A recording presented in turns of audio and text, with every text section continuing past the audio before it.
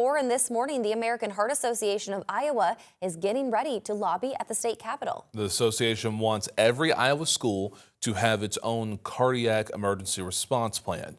So Local 5's Emma Stroner is live at the Capitol this morning with the association's government relations director. And Emma, what exactly is this plan and what does it all include? Well, Dana and Joseph, I have an expert here with me to answer that very question. So with me is Census Loliang. She is the Government Relations Director at American Heart Association of Iowa. Census, good morning. I want to know what exactly is in a cardiac emergency response plan for those who don't know.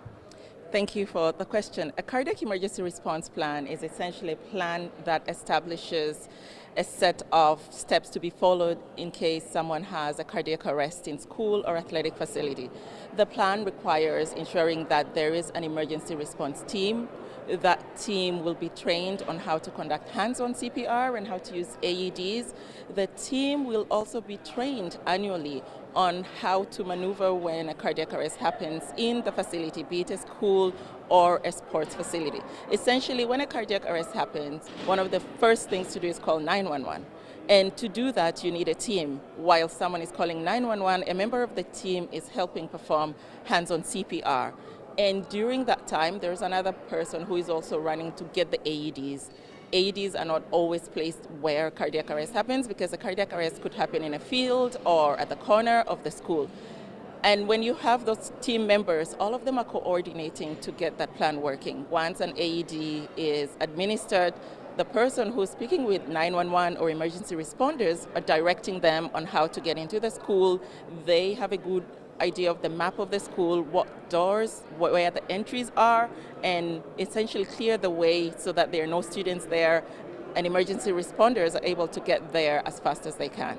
That's very important. These plans, I mean, this is something the American Heart Association has been lobbying for and is lobbying for this morning coming up at 9 a.m. I want to know, how do you anticipate some of those conversations with lawmakers to go? How do you think they're going to react to these plans? We have been having conversations with lawmakers about our legislative priority. We have a bill that has gone through the Senate Education Committee. We look forward to that moving forward to the Senate and into the House. Today we have a number of advocates that are coming in. One of them is a young student by the name of Nate Bentley who had a cardiac arrest during a sports activity last year. And he went through that, but there were different members of a team that were there to help him, from his coach from his school to other coaches who administered CPR, AED, and he finally got taken to a hospital where he got the support he needed. We also have a mother of a boy who also has cardiac issues. She's very passionate about the work she does, campaigning and getting states to support cardiac emergency response plans.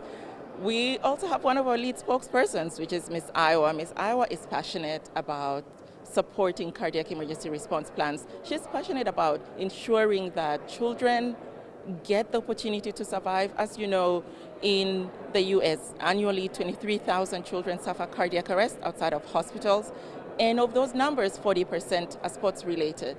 Therefore, a cardiac emergency response plan is not only for the school building, but it's also for the sports facilities. It's also for all of those schools activities that children, families, grandparents attend. Well, thank you so much, Census. I look forward to hearing from all those people you mentioned. Sounds like a lot of important work is being done this morning and also over the past several years.